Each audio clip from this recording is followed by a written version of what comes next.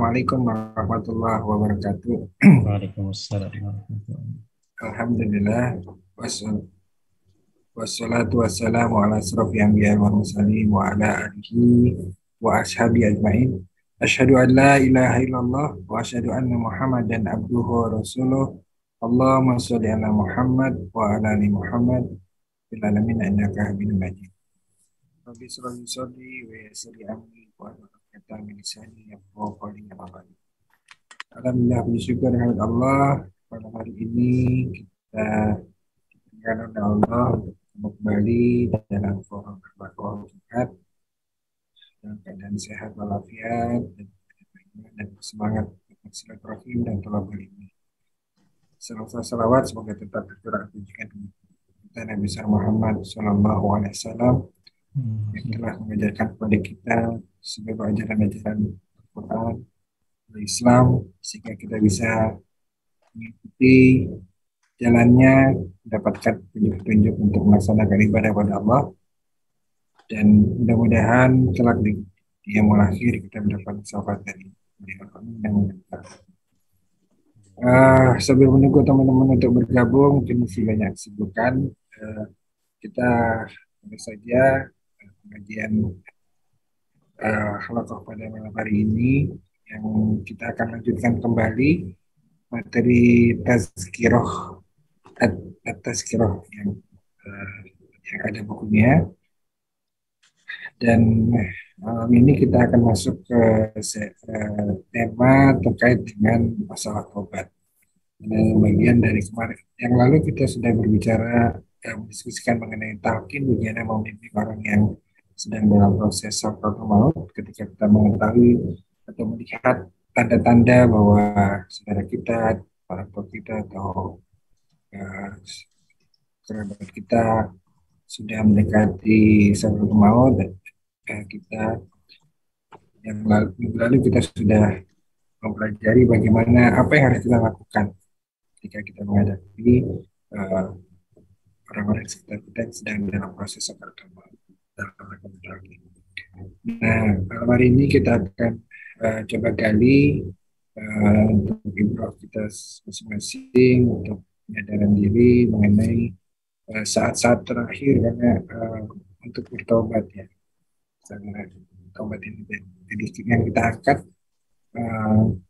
materi pada adalah untuk bersegera bertobat, karena ada saatnya nanti di detik terakhir atau menit-menit terakhir menjelang ajal tempat kita sudah tidak bisa diterima lagi sama Allah, sebagaimana halnya saja sudah ketika sudah itu sudah nggak bisa lagi.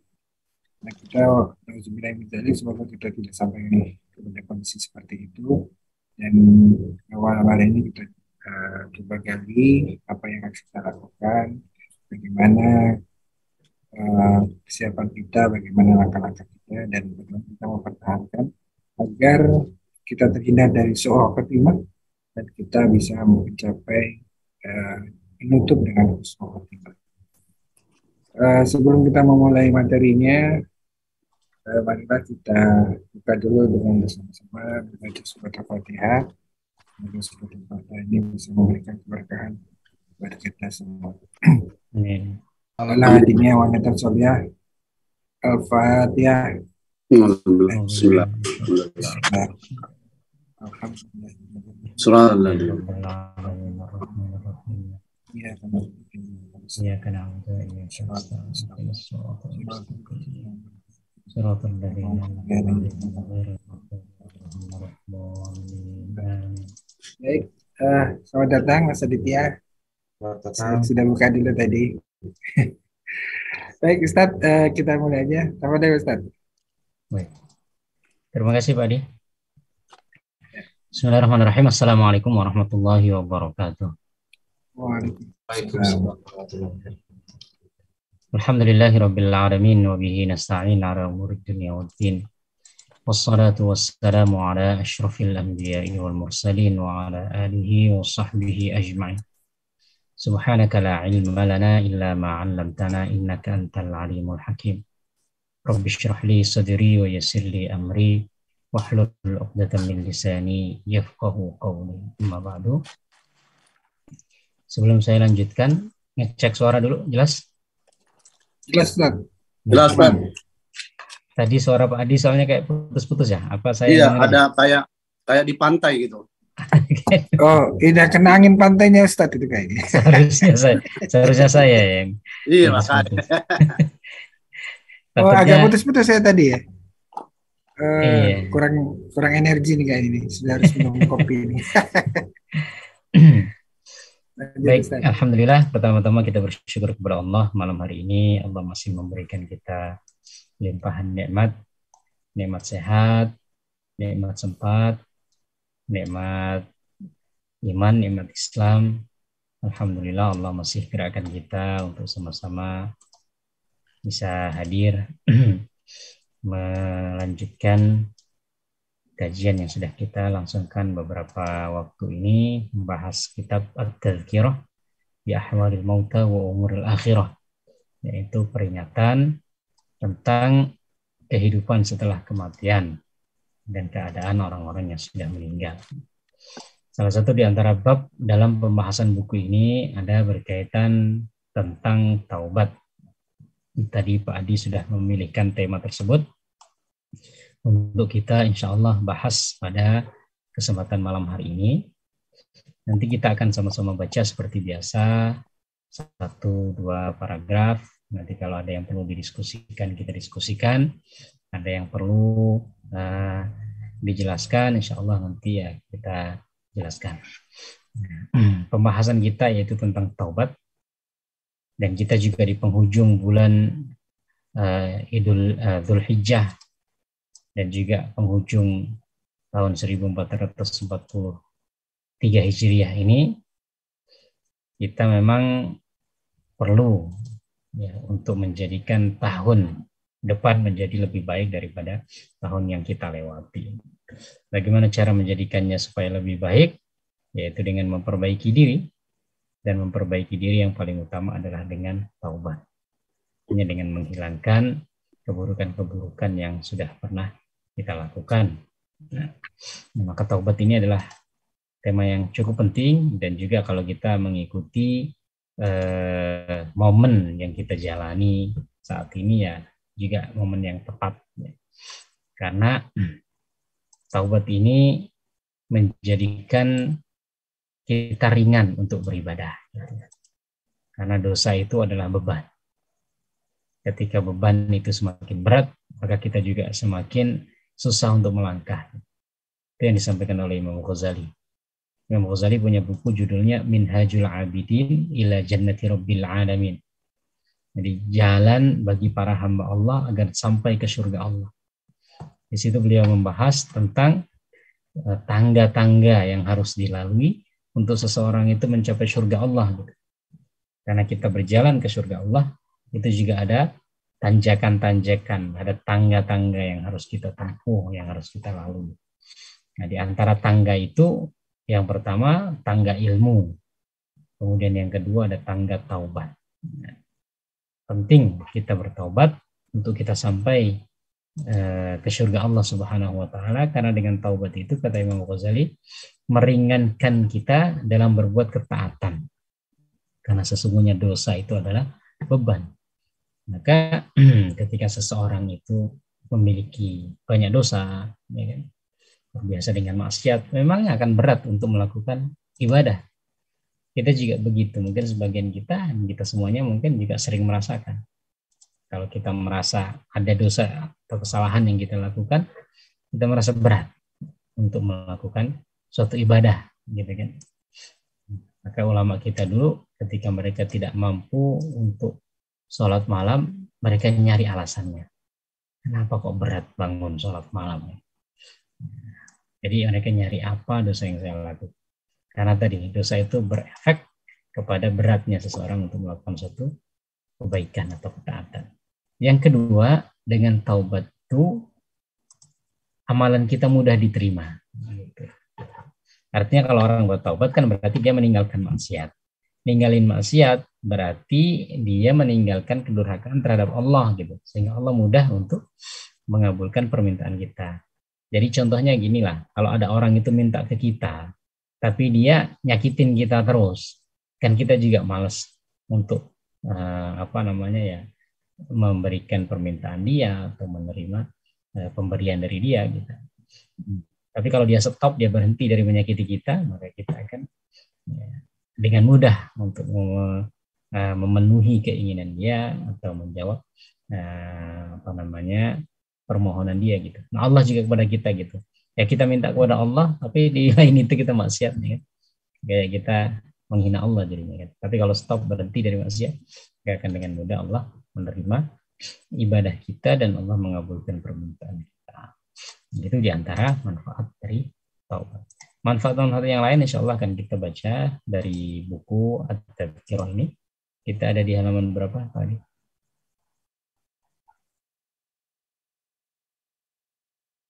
Halaman 103. 103 ya. Oke, 103. Oke. Mungkin saya akan mengawali, nanti kita akan baca secara bergiliran sebagaimana biasa. Bismillahirrahmanirrahim. Kapan manusia tidak mengenal sesamanya dan anjuran bertaubat?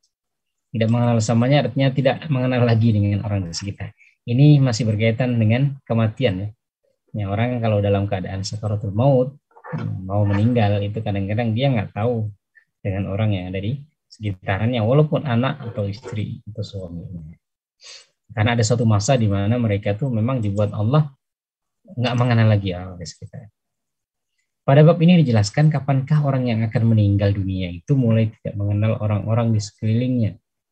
Dan diterangkan juga tentang taubat yang dianjurkan agama. Dan siapakah orang yang boleh disebut benar-benar bertaubat. Ibnu Majah meriwayatkan dari Abu Musa al-Asy'ari, dia berkata, pernah saya bertanya kepada Rasulullah Shallallahu Alaihi Wasallam, kapankah orang mulai tidak mengenal sesama manusia, ya sesama manusia yang orang lain, bahkan keluarga terdekatnya. Maka beliau menjawab, apabila dia melihat kenyataan, melihat maut. Maksudnya melihat maut, melihat malaikat maut. Gitu. Karena orang sebelum meninggal maka akan ditampakkan malaikat maut kepadanya. Nah, kemarin sudah kita singgung, melihat malaikat maut saja itu lebih menyakitkan daripada dicambuk dengan 1000 cambukan pedang, kalau nggak salah 1000 atau 100. Orang itu kalau sedang dalam keadaan kesulitan atau kesusahan, keadaan yang menyakitkan, bisa jadi dia nggak kenal satu sama lain. Ya contohnya lah kalau orang lagi kena musibah ya, musibah apa? Ya mungkin tsunami atau banjir atau tanah longsor atau apa atau gempa bumi. Itu kadang-kadang ya anaknya sendiri, saudaranya sendiri, ya kan, pasangannya sendiri itu ya nggak tahu ya pokoknya bagaimana dia menyelamatkan diri sendiri. Nah istilahnya kok ada orang yang ketika mau meninggal itu sampai nggak mengenal orang lain ya tadi, karena saking ngerinya dia melihat malaikat maut. Maksud melihat kenyataan maut, sabda Rasulullah SAW, apabila dia melihat kenyataan, maksudnya adalah apabila orang yang akan meninggal itu telah melihat dengan mata kepalanya kehadiran malaikat maut atau para malaikat yang lainnya. Kenyataan maksudnya adalah sesuatu yang hak. Kematian adalah sesuatu yang hak. Maka dan kematian adalah sesuatu yang meyakinkan. Sehingga Allah Subhanahu wa taala mengatakan, wa'bud rabbaka hatta ya'tiyakal yaqin. Dan beribadalah, sembahlah Tuhanmu sampai datang kepadamu keyakinan. Apa yang dimaksud dengan keyakinan ini? Kematian. Karena semua orang yakin dengan adanya kematian. Semua orang. Ya. Karena apa ya? Karena ya kita lihat setiap hari, kita lalui setiap hari, kita mengamati setiap hari ada orang yang mati. Dan suatu saat juga akan menimpa kita. Orang-orang terdahulu semuanya sudah mengalami itu. Nggak mungkin dong kita sendiri yang kekal selamanya gitu ya. Maka semua orang itu sebenarnya yakin dengan adanya kematian. Selanjutnya dalam hadis lain disebutkan, innallaha yaqbalu taubatal 'abdi ma lam yugharghir. Sesungguhnya Allah masih akan menerima taubat seorang hamba selagi belum terdengar dengkurnya menjelang mati. Yugharghir artinya keadaan di mana roh itu sudah nyampe ke kerongkongan. Sehingga kadang-kadang suara seperti itu diantara salah satu tanda dekatnya seorang kepada kematian. Maksudnya selagi nyawanya belum sampai ke tenggorokan, di mana orang itu melihat kesudahan hidupnya. Artinya ketika nyawa sampai ke kerongkongan, tenggorokan, itu Allah memperlihatkan ya surga maupun neraka. Maka kenapa orang-orang yang beriman itu sebagian meninggalnya dalam keadaan tersenyum? Karena ketika ruh melewati kerongkongan itu diperlihatkan dia mau jadi apa di akhirat nanti. Sehingga ketika diperlihatkan kebaikan senang kan? Kita juga kalau ditampakkan kebaikan bagi kita kan kita senang. Senyum-senyum, kita ketawa gitu. Nah, kalau orang yang tidak baik dia ditampakkan neraka sehingga dia ngeri. Sehingga kadang-kadang ya ditampakkan dengan cara meninggalnya, dia meninggal dalam keadaan melotot, ketakutan dan lain sebagainya. Itu diantara salah satu bentuk ya, atau tanda kebaikan atau keburukan matinya seseorang. Tapi bukan mutlak ya. Bukan mutlak. Karena banyak juga orang yang meninggal dalam keadaan seperti tenang, gitu, seperti senyum, tapi ternyata orang itu nggak baik. Ada orang juga yang baik, tapi yang meninggalnya tidak kelihatan baiknya, gitu. Ada juga. Nah di sini selagi nyawa masih belum sampai kerongkongan, di mana orang itu melihat kesudahan hidupnya, artinya ketika nyawa di kerongkongan orang itu melihat kesudahan hidupnya, maka ketika itu udah nggak bisa lagi Allah menerima taubat. Itulah yang dilakukan oleh Allah kepada Fir'aun. Fir'aun itu sempat dia bertaubat. Ketika dia tenggelam, kemudian nyawa sudah di kerongkongan, sudah benar-benar hampir mati, dia mengatakan, aku beriman kepada Tuhannya Musa. Dan Allah mengatakan, apakah baru kali ini, wahai Fir'aun, engkau mengatakan itu, selama ini kemana aja? Nyawa sudah di kerongkongan kok baru bilang ya. Sehingga Allah ya, tidak menerima taubat. Oke. Selanjutnya maka iman mereka tidak berguna lagi bagi mereka tatkala mereka telah melihat siksa kami. Dan firman Allah Subhanahu wa taala, "Walaisatit taubatu lil ladzina ya'maluna as-sayyi'at hatta idza hadara ahadahumul maut qala inni tubtu al-an." Dan taubat itu tidak diterima oleh Allah Subhanahu wa taala dari orang-orang yang mengerjakan kejahatan. Ya, kejahatan yang banyak maksudnya di sini. Sayyi'at itu kejahatannya banyak. Hingga apabila datang ajal kepada seorang dari mereka, barulah dia mengatakan sesungguhnya saya bertaubat sekarang. Surat An-Nisa 82.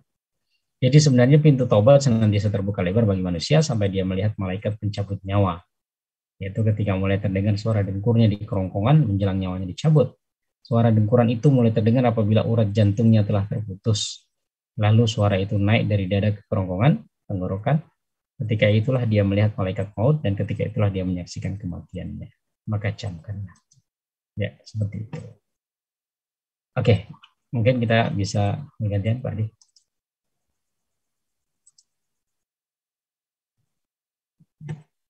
Belum hidup. Masih mute. Selanjutnya, anjuran segera bertobat. Manusia wajib bertobat sebelum melihat kenyataan di atas terjadi dan sebelum terdengar dengkuran maut dari tenggorokannya. Dan inilah kiranya tobat yang maksud dalam firman Allah Subhanahu wa taala, "Summa yatubuna min qarib." Kemudian mereka bertobat dengan segera. An-Nisa ayat 17. Menurut Ibnu Abbas dan As-Suddi, kata-kata min qarib dengan segera pada ayat ini maksudnya ialah sebelum sakit dan mati. Oke. Ayat ini sebelum ayat yang terakhir saya baca. Makanya di sini seperti ayat 17, kemudian ini ayat 18. Jadi memang berbicara tentang taubat. Di situ Allah mengatakan, innamat taubatu 'alallah lilladzina ya'maluna su'a bijahalah. Sesungguhnya Allah menerima taubat dari orang-orang yang melakukan suatu kejahatan su'. Su' itu satu kejahatan ya. Kejahatan kecil. Nah, kalau yang di ayat yang tadi saya baca itu sayyi'at. Sayyi'at itu artinya jamak dari su'. Di sini ayatnya nggak ditulis semuanya. Innamat taubatu 'alallahi lilladzina ya'maluna su'a bijahalatin. Dia berbuat dosa, keburukan dengan ketidaktahuan, dengan jahalat. Tsumma yatubuna min qarib. Kemudian dia bertaubat dengan segera. Ini yang tadi dibaca oleh Pak Adi tadi kan. Mereka itulah yang diterima taubatnya. Kemudian lanjutannya, walaysati taubatu, dan taubat tidak diterima oleh Allah dari orang-orang yang melakukan banyak kejahatan, banyak dosa. Ya, artinya dia mengabaikan, sudah bertumpuk-tumpuk dulu nanti aja kan gitu. Sampai datang kepada mereka kematian. Ya, artinya tadi ketika nyawa sudah di kerongkongan, qala inni tubtu an, sekarang aku bertaubat. Karena kalau udah mati kan nggak bisa ngomong kan. Artinya sebelum mati, ketika nyawa tadi di kerongkongan, aku baru bertaubat gitu. Maka Allah mengatakan tadi nggak diterima. Oke, lanjut. Baik. Menurut Ibnu Abbas dan As-Sudi, kata-kata min qarib dengan segera pada ini maksudnya adalah sebelum mati dan sakit. Adapun menurut Abu Mijlas Ad-Dohak, Ikrimah, Ibnu Zaid, dan para ulama lainnya, sebelum melihat para malaikat, sebelum dicabut nyawanya, dan sebelum orang yang bersangkutan tidak sadarkan diri. Mahmud Al-Warraq bertutur dalam syair. Ya, oke. Min qarib di sini kan ada disebutkan ya. Tsumma yatubuna min qarib. Kemudian mereka bertaubat min qarib, dengan segera. Nah, maksudnya dengan segera itu apakah habis dosa langsung taubat gitu? Atau nunggu, yang penting nggak lama-lama gitu? Atau kapan? Nah, itu maksudnya. Perbedaan pendapat ulama tafsir dalam mengartikan min qarib, dengan segera itu kapan. As-Sudi tadi dengan Ibnu Abbas mengatakan min qarib itu yang penting sebelum sakit dan mati ya. Dan sebelum sakit yang membawa kepada kematian, itu yang disebut dengan min qarib, sehingga kapanpun boleh sebenarnya orang itu bertaubat, nggak harus langsung gitu. Sebagian mengatakan ya, sebelum melihat para malaikat, sebelum dicabut nyawanya, sebelum yang bersangkutan tidak sadarkan diri, pingsan sebelum kematian. Ya, intinya yang dimaksud dengan min qarib itu bukan berarti langsung segera. Jadi habis berbuat maksiat langsung taubat, belum tentu itu. Walaupun itu tentu baik, ya. Tapi yang penting di waktu di mana taubat itu masih diterima. Kapan? Sebelum suara yugharghir tadi ya.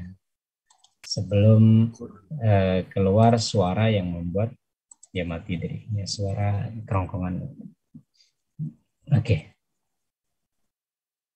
Mahmud Al-Warraq bertutur dalam syairnya, utamakan taubat bagi dirimu, sebagaimana diharapkan bagi kebaikanmu. Sebelum kematian datang menjelang, sebelum keluh lidahmu berbincang, taubatlah segera wahai jiwa yang ingin tenang, karena taubat adalah simpanan kekayaan. Kunci rapat, jangan sampai terbuang-buang, bakal kembali membawa kemenangan. Kata para ulama, kita rahimahullah bahwa bertobat sebelum hadirnya malaikat maut masih bisa dibenarkan. Tak lain adalah karena pada saat itu masih ada harapan dan masih dibenarkan orang menyesal dan bertekad meninggalkan kemaksiatan. Ya. Artinya masih ada keinginan dalam hati gitu ya. Kalau sudah tadi di kerongkongan itu kan seperti sudah nggak ada ikhtiarnya lagi ya, sudah seperti sudah pasrah. Wallahu a'lam, ala kulli hal ya, disitulah di antara penjelasan bagaimana Allah mau menerima atau tidak menerima taubat seorang hamba. Dan ada pula yang mengatakan maksud kata-kata min qarib di atas ialah bahwa mereka bertobat pada saat baru saja melakukan suatu dosa dan tidak kembali melakukannya. Segera bertobat selagi masih sehat dan segar bugar adalah lebih utama dan lebih patut dilakukan. Karena dengan demikian diharapkan masih banyak kesempatan untuk beramal soleh dan barangkali masih jauh sekali dari kematian. Meskipun bertobat sebelum dekat kematian pun masih bisa disebut tobat dengan segera.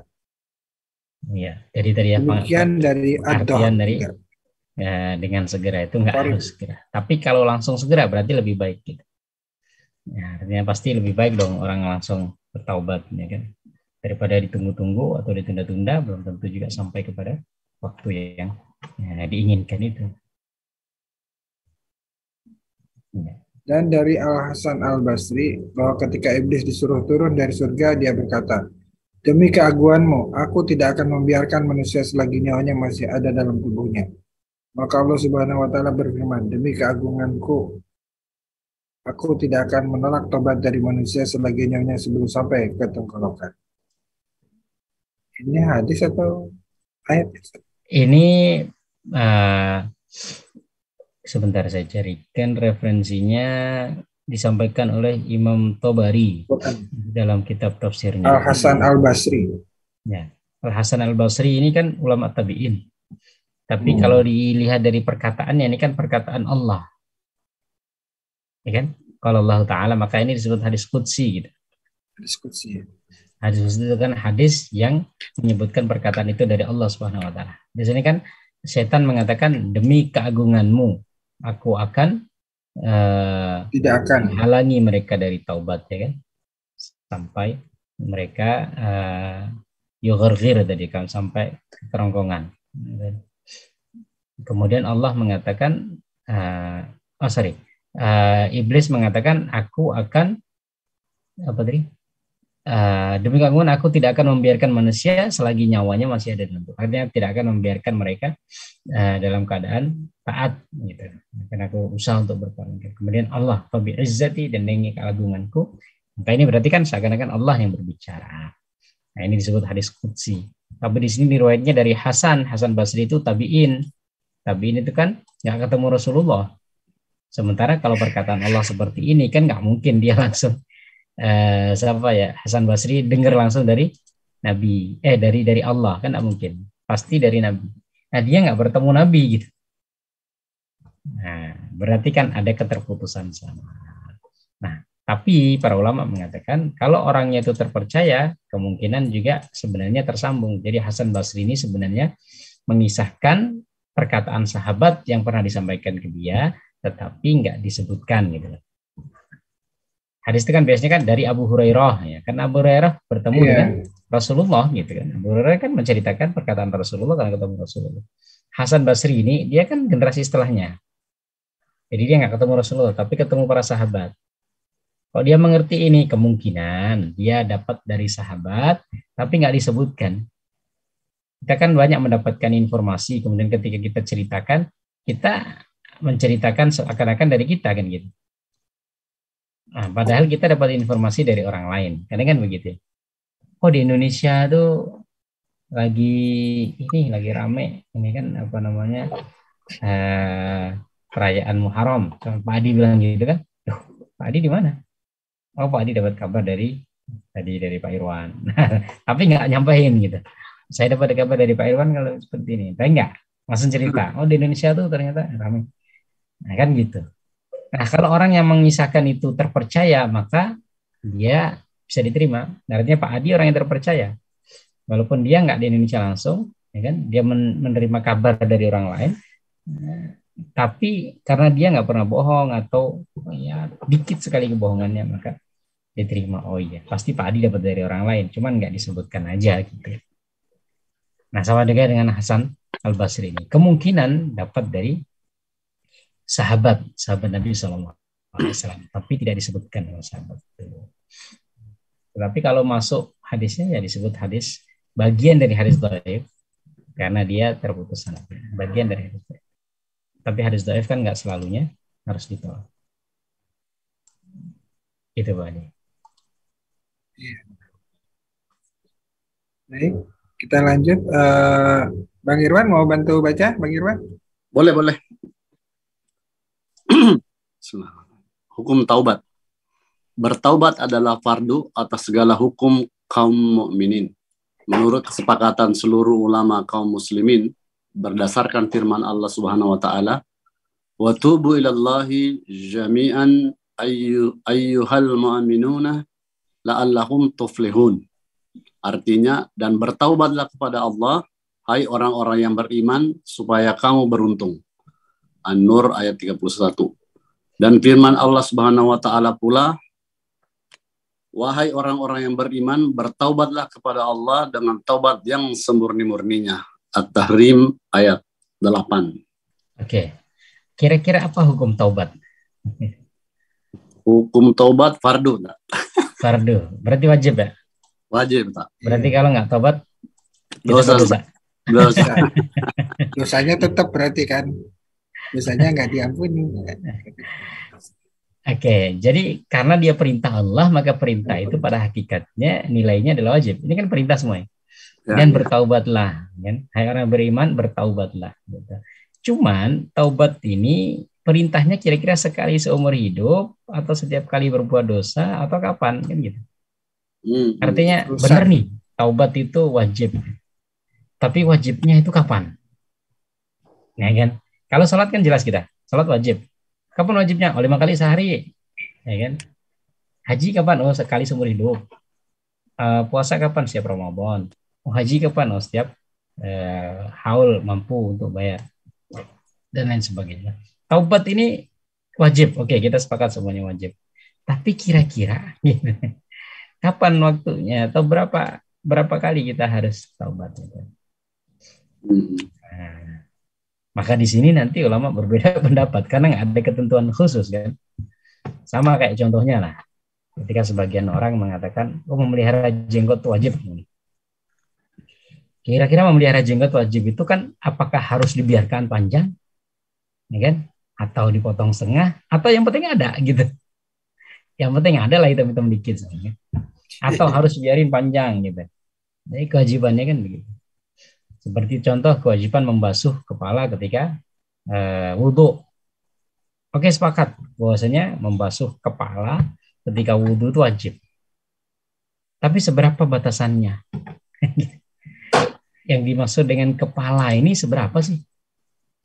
Apakah semua kepala, sebagian kepala? Oh, semua kepala dong, karena namanya kepala ya berarti semuanya. Jadi harus dibasuh semua. Gitu. Kalau semua cuma ini kan nggak disebut kepala kan. Ada sebagian yang mengatakan begitu. Oh ya udah oke. Ada yang mengatakan enggak harus semua kepala. Kadang-kadang dalam Al-Quran atau hadis itu disebutkan keseluruhan tapi maksudnya sebagian. Kepala maksudnya kepala. Contohnya apa? Quran. Yuk kita baca Quran sebelum kita memulai kajian ini. Kira-kira yang antum pahami dari kata Quran itu apa? Apa definisi Al-Quran? Definisi Al-Quran adalah firman Allah Subhanahu wa taala. Ya kan? Dari surat Al-Fatihah sampai An-Nas. Quran. Namanya Quran ya segitu. Tapi ketika kita mau kajian, kita awali dengan membaca ayat suci Al-Quran. Apakah kita baca semua? Fatihah aja. Ya, Fatihah aja. Kadang-kadang berapa ayat aja, ya kan? Nah, begitu juga ulama berbeda. Oh, kepala, maksudnya sebagian aja. Ya, yang penting kena kepala gitu. Nah, begitu juga dengan taubat ini.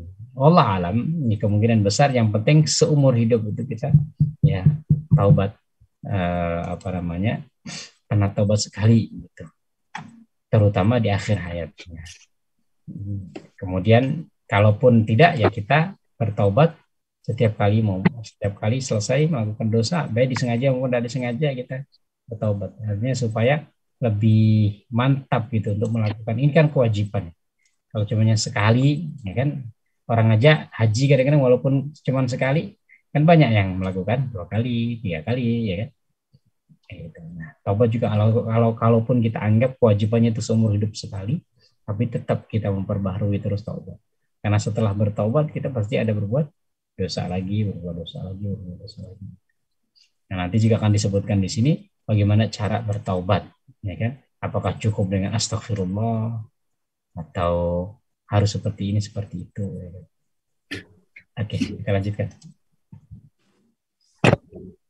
Syarat-syarat lanjut ya. Syarat-syarat bertaubat. Syarat-syarat taubat ada 4 hal. Penyesalan dengan sepenuh hati, meninggalkan maksiat seketika, bertekad bulat tidak akan mengulangi perbuatan yang sama, dan didasari atas rasa malu dan takut kepada Allah Ta'ala, bukan kepada selainnya. Oke. Jadi ada yang berkaitan dengan masa lalu, berkaitan dengan masa sekarang, dan berkaitan dengan masa depan. Berkaitan dengan masa lalu, kita menyesal. Harus ada penyesalan.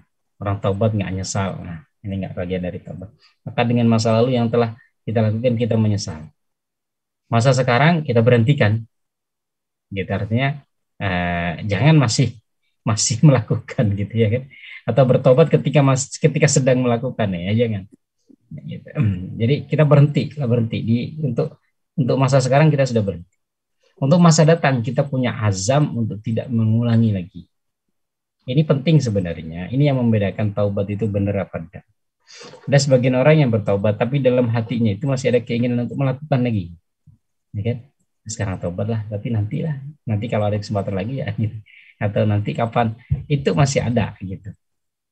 Sehingga untuk disebut taubat yang nasuha, taubat yang sebenarnya ya nggak bisa. Karena tadi ada keinginan.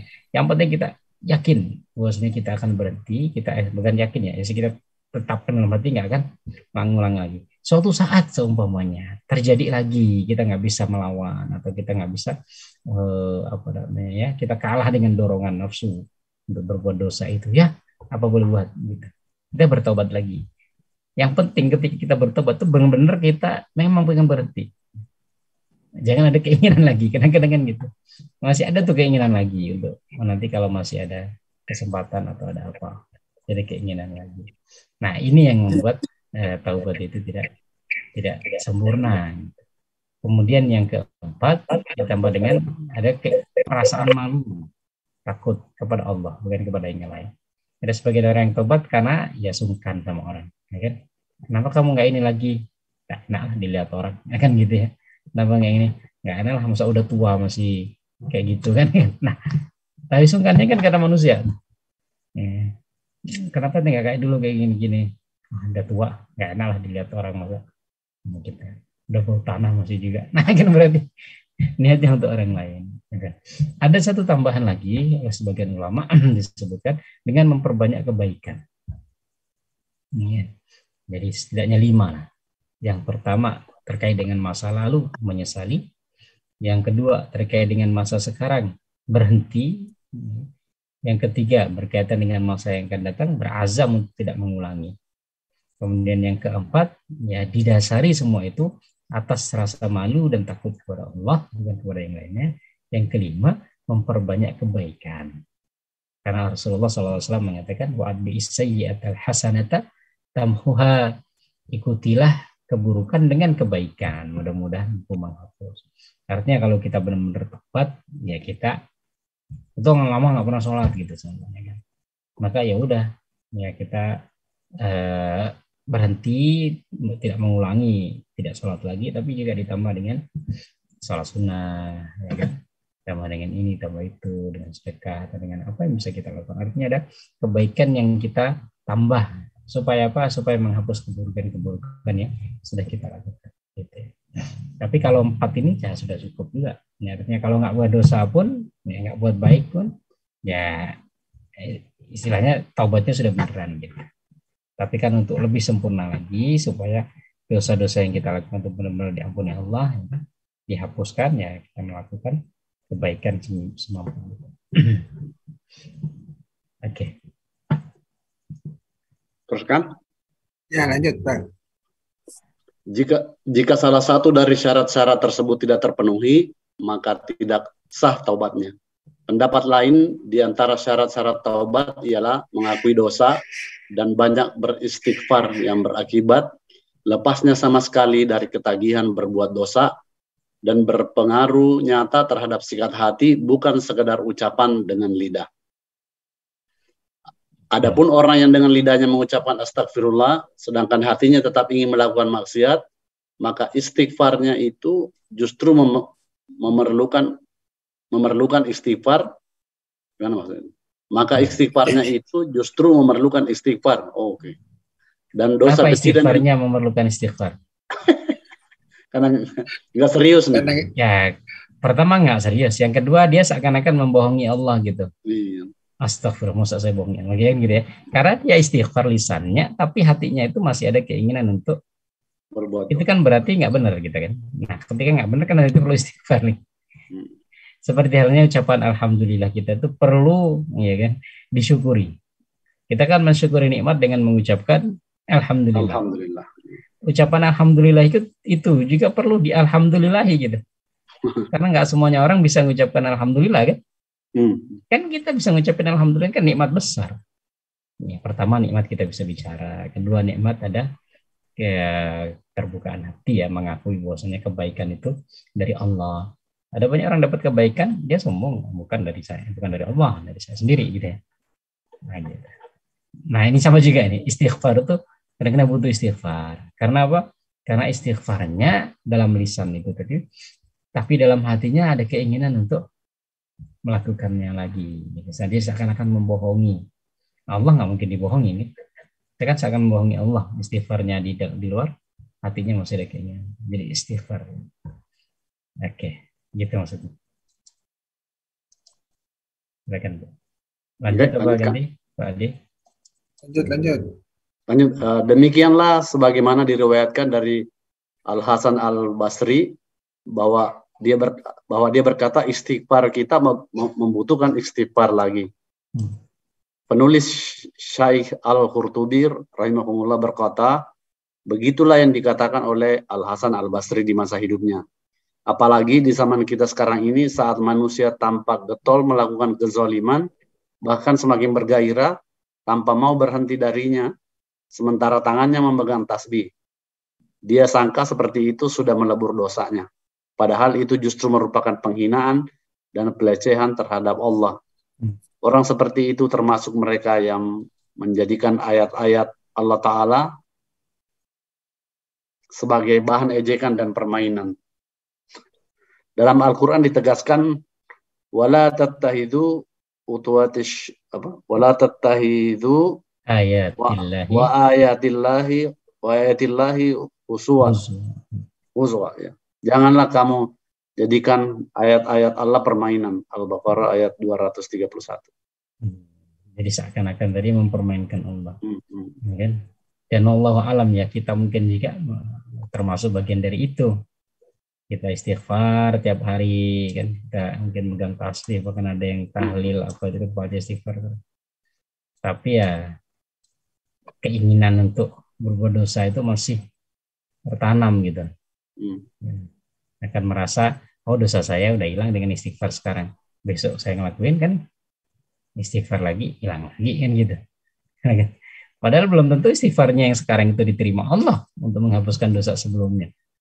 Karena tadi karena belum harus diistighfari lagi. Harus istighfari lagi. Ya karena istighfar kita yang kita baca sekarang, ya kan?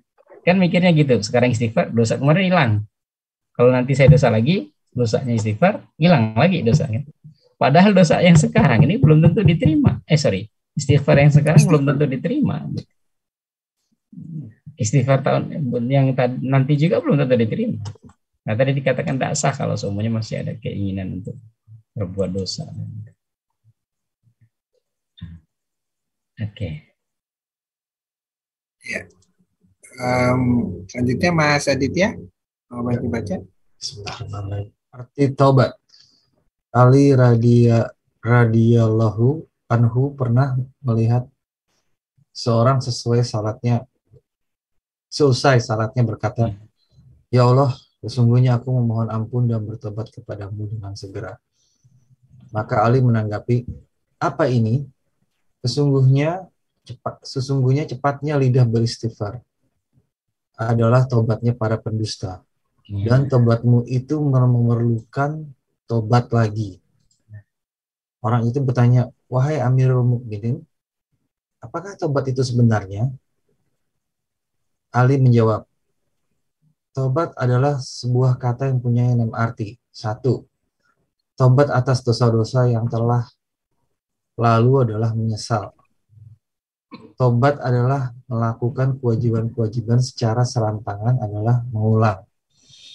Tobat atas mengambil barang orang lain secara zalim adalah mengembalikannya kepada pemiliknya.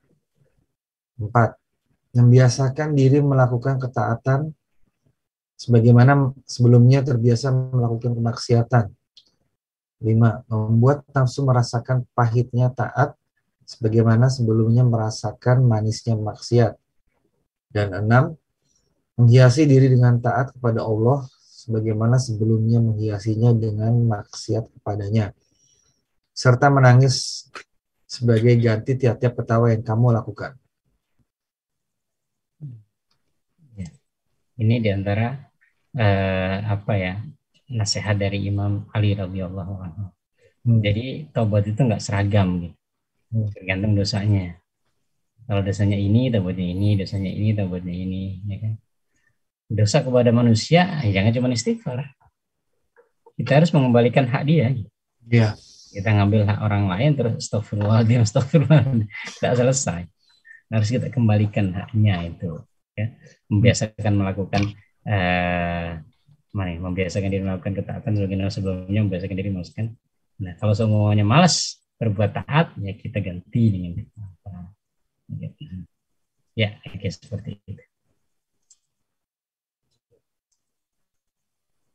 Lanjut, Mas.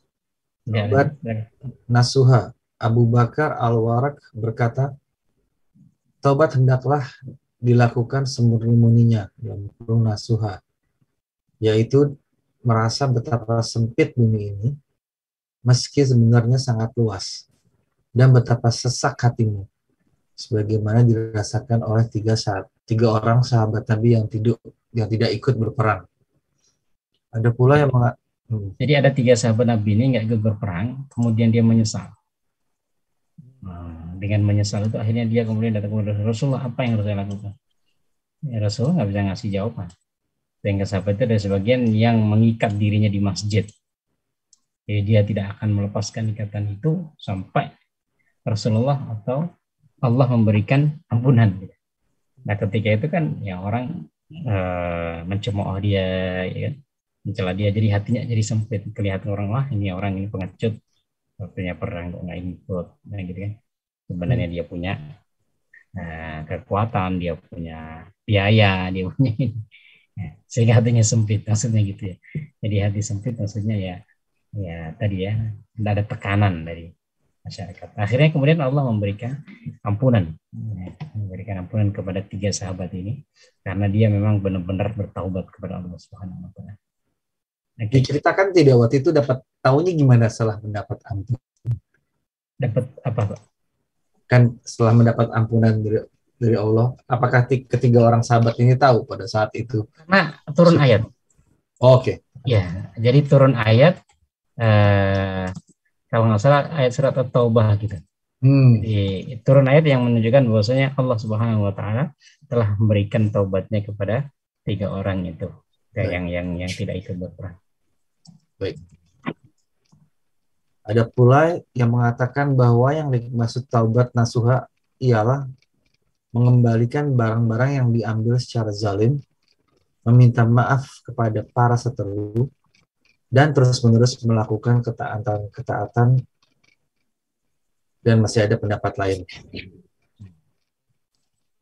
Nasuha, taubat nasuha, ya kita sering mendengar kata taubat nasuha. Itu dalam Al-Quran surat At-Tahrim disebutkan. Ya ayyuhalladzina amanu tubu ilallahi taubatan nasuha. Hai orang-orang yang beriman, taubatlah kepada Allah dengan taubat nasuha. Nasuha ini secara bahasa artinya murni. Ya jujur lah. Benar-benar tanpa tanpa keinginan selain Allah Subhanahu wa taala. Jadi benar-benar keinginannya itu hanya untuk Allah. Itu disebut dengan taubatun nasuha dalam Al-Quran. Nah di sini hendaklah dilakukan semurni-murninya, murni, bersih, jujur, dengan merasa betapa sempit ini sebetulnya sangat luas. Ada pula yang mengatakan bahwa yang dimaksud taubat nasuha ialah mengembalikan barang-barang yang diambil secara zalim, meminta maaf kepada seteru dan terus-menerus melakukan ketaatan. Ya ini kalau hubungannya dengan manusia. Maka kalau hubungan dengan manusia, taubat yang sebenarnya ya nggak bisa hanya kita minta ampun kepada Allah. Kita harus minta ampun kepada orang itu. Kalau dia minta dikembalikan, kita kembalikan. Kalau enggak, ya minta diikhlaskan. Oke, lanjut. Jenis-jenis dosa dan cara bertaubat darinya. Secara garis besar, dosa-dosa yang harus ditobati itu bisa berupa kekafiran atau lainnya. Bagi orang kafir, bertaubat artinya dia beriman disertai penyesalan atas kekafiran yang telah lalu. Jadi, tidak sekedar beriman saja. Bagi dia, sekedar beriman belum bisa disebut bertaubat. Nah, ini juga penting ya. Kalau seumpamanya ada sebagian kawan kita yang mu'alaf gitu, termasuk Islam, maka ya kita perlu juga sampaikan. Kadang-kadang kan cuma ditanya, apakah antum mau masuk Islam ini dengan sepenuh hati, dengan kesadaran, tanpa paksaan. Oh iya iya ini. Tapi jarang ditanyain. Apakah antum menyesali dulu antum? Nah ini juga baru. Maka ini ada ilmu baru kalau semuanya ada sebagian kita yang pernah mengislamkan orang atau nanti suatu saat mau mengislamkan orang, kita perlu menanya. Selain ditanya tentang tadi ya, apakah kamu Islam ini karena paksaan atau sepenuh hati, hanya karena keinginan menikah dengan perempuan muslimah atau karena ingin itu, ingin ini. Ditanya kan biasanya kan itu. Nah, pertanyaan yang ini tadi ini ya jarang ditanyakan kalau orang tidak paham atau tidak tahu ya. Nah, apakah nggak antum menyesal dengan kita? Oh saya nggak menyesal lah ya sudah. Apalagi kalau merasa bangga dengan saya dulu kan gitu ya, merasa bangga dengan tetap harus disesali. Umar bin Khattab itu seringkali menangis ketika menyesali perbuatan-perbuatan jahiliyah sebelum beliau masuk Islam. Dan sahabat-sahabat juga begitu. Kadang menyesali dengan menangis, kadang menyesali dengan tertawa, tapi tertawa untuk mengejek keadaan ketika zaman jahiliyah dulu. Kok saya sebodoh itu? Nyembah patung, nyembah ini, nyembah itu selain Allah Subhanahu wa taala. Padahal nggak bisa ngiri manfaatnya. Tapi ada penyesalan. Gitu. Ini yang penting ya untuk kita sampaikan kalau sebagian kawan yang mungkin mau mualaf, ya paling nggak ditanyain aja masalah hati mereka kan masing-masing mereka yang tahu. Apakah antum menyesal dengan kekufuran yang dulu antum lakukan? Oh ya menyesal. Okay. Selama ini saya tidak menyembah Allah Subhanahu wa taala. Oke, silakan. Tapi Ustadz ada yang ini kan kalau ketika orang masuk Islam dia udah bersih, nggak punya dosa apapun ya, seperti bayi yang baru lahir seperti itu nggak ya? Kan, yang orang yang baru masuk Islam. Iya. Iya. Maka dihapus semua dosanya. Jadi dianggap mulai dari nol. Iya. Tanpa harus bertobat seperti ini. Gimana Ustaz? Iya, dia ketika masuk Islam kan berarti dia harus bertobat. Dia taubatnya tadi. Taubatnya kan dia meninggalkan kekufuran itu. Kan dia tetap taubatnya itu taubat dengan beberapa unsur tadi ya. Yang pertama ya tentang masa lalu dia harus menyesal. Tadi menyesali kekufuran yang dia lakukan. Nyembah patung, ya kan, nyembah gunung, atau nyembah bintang, dia harus menyesal. Ya. Kemudian yang kedua, memberhentikan, jangan nyembah itu lagi gitu. Di masa sekarang, berarti kan ya jangan nanti nyembah patung lagi gitu. Jangan ini lagi. Kemudian yang ketiga ya tidak akan mengulangi lagi menyembah itu. Insya Allah sih kalau untuk orang yang masuk Islam, ya tanpa kita minta pun pasti mereka juga itu ya meninggalkan ya, apa yang sudah mereka lakukan. Tapi kadang-kadang bisa jadi terperangkap lagi, terutama kalau seumpamanya keluarganya itu masih non-muslim, ya kan? Kadang terperangkap masih, ada sebagian yang kawan di sini juga begitu. Jadi karena keluarganya masih non-muslim sehingga susah dia untuk lepas dari kekufuran itu. Ada ewoh-pekewoh ya masih. Nah, sebagai kadang-kadang pekewoh kayak gitu. Sungkan. Jadi kalau ya mengkafirkan keluarga kan kayaknya kesannya ya kayak menghina gitu kan. Paling tidak bentuk penyesalan dia itu kan ya tadi itu. Ya tidak membanggakan lah. Yang sampai malah membanggakan kesyirikan yang dulu dia lakukan. Mungkin itu ya tergantung ketika dia masuk Islamnya itu karena apa. Kalau dia masuk Islam karena syarat-syarat tertentu, mau menikah ini itu biasanya kurang mantep. Suruh bertobat gini mungkin cocok. Tapi kalau dia masuk Islamnya karena dapat hidayah, dia memang sedang mencari kebenaran, dia akhirnya semua terjawab, akhirnya saya yakin mantap masuk Islam. Itu kayaknya tanpa harus disuruh bertobat dia akan sudah bertobat dengan sendirinya. Seperti itu kayaknya kira-kira ya menurut saya.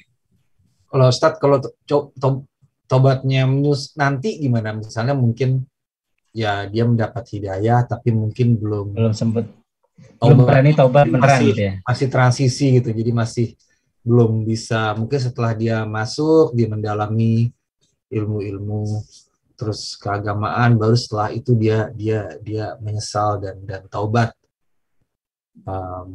Karena mungkin pas dia mungkin ya seperti yang Mas Adi bilang, mungkin pas masuk mungkin ya hanya untuk menikah dan sebagainya, tapi setelah mendalami agama lebih dalam baru bertobat. Itu bagaimana kalau begitu? Artinya bertaubat itu kan berarti bukan bertaubat dari kekufuran. Jadi Ya, kan disebutkan, nah orang yang kafir masuk Islam kan bertaubat dari ya, kekufuran. ya. Kalau tadi kan mungkin ya bertaubat dari ya apa ya istilahnya ya, karena dia sudah Muslim kan gitu. Oh iya, iya, iya. Nah, cuman Tobat dari mungkin dia taubatnya ketidaktaatan dari ya ketidaktaatan atau kekurang sempurnaan dia dalam beragama. Islam. Iya. Nah, maksudnya bertobat ke kekufurannya, tapi setelah dia mungkin masuk Islam mungkin setelah setahun gitu misalnya, mungkin baru menyadari bahwa yang benar-benar dilakukan sebelum masuk Islam itu kekufuran. Jadi bertobatnya tapi nggak langsung, jadi setelah seberapa lama Setelah setahun dia masuk Islam. ya misalnya begitu, setelah mengetahui lebih banyak lagi misalnya. Saya rasa tidak masalah ya, karena kita ngikut kaidah yang awal tadi ya. Yang Sebelum penting masuk sebelum tenggorokan. Ajal tiba. artinya kapanpun itu. Bahkan mungkin sebagian kita ya mohon maaf lah, ada sebagian juga yang sebenarnya sudah tahu dosa, tapi mau bertobat masih berat karena mungkin takutnya nanti masih terulang lagi, ya kan? Ya. Artinya ya dalam pikiran kita masih ada potensi untuk kita tuh mengulangi dosa itu lagi gitu. Dan kita belum yakin 100% untuk meninggalkannya. Gimana, apakah harus tobat langsung atau tidak? Ya kalau saya rasa kalau kita seumpamanya ya kita nggak yakin juga kan hidup sampai sampai itu. Tapi lebih baiknya ya udah kita taubat dulu lah. Gitu. Kita taubat dulu, ya Allah, ini saya sebenarnya punya azam untuk tidak melakukannya. Tapi kalau semuanya ya tadi namanya manusia, kadang-kadang kita kalah dengan dorongan hawa nafsu, mungkin dorongan lingkungan, dorongan ini itu, ya. Ya, banyak lah, insya Allah kita juga semuanya mungkin mengalami, ya kan. Kadang-kadang dorongan kebutuhan, dorongan ini itu dan lain sebagainya. Tapi ya kita berusaha untuk sebenarnya nggak mau, gitu. Sehingga kalau nggak ada peluang kita nggak cari peluang, gitu. Artinya seumumnya nih pejabat yang korupsi, gitu. Nah, masih di tempat itu gitu, yang potensi untuk suap menyuapnya itu masih ada. Jadi kemungkinan nggak bisa lepas, sehingga takut nanti ketika taubat ternyata kena lagi semuanya kan, atau ya terpaksa lagi dengan aturan harus ini itu dan lain sebagainya, sehingga ada berani taubat duluan gitu, karena nanti dosa lagi dianggap main-main Allah gitu. Kalau menurut saya sih tetap taubat gitu.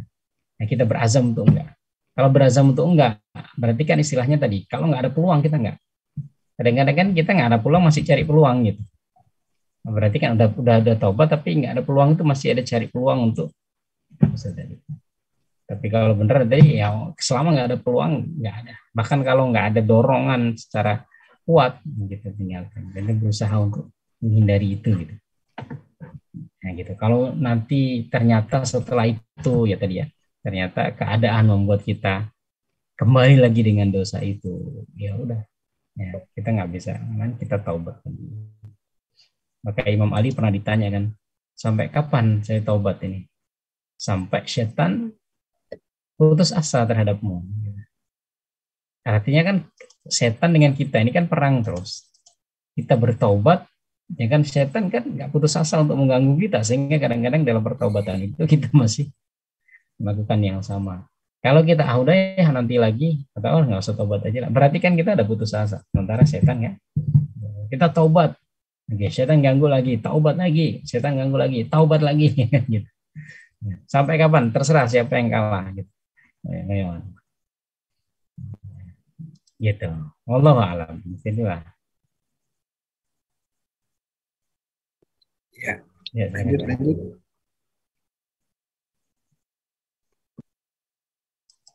Ada dosa-dosa selain kekafiran, diantaranya ada yang berupa pelanggaran terhadap hak-hak Allah, dan ada pula pelanggaran terhadap hak-hak selain Allah. Bertobat dari dosa-dosa yang berupa pelanggaran terhadap hak-hak Allah, caranya cukup dengan meninggalkannya saja.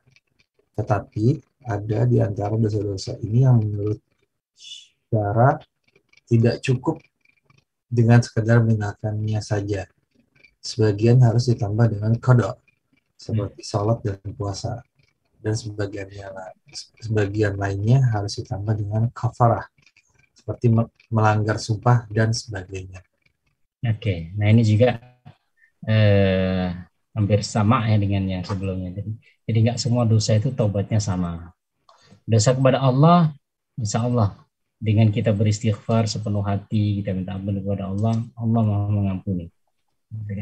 Tapi kalau dosanya berkaitan dengan pelanggaran terhadap hak-hak manusia, maka harus dikembalikan. Nah, itu. Atau minta maaf. Bertaubat dari dosa yang berupa pelanggaran terhadap hak Allah, pelanggaran terhadap Allah itu maksudnya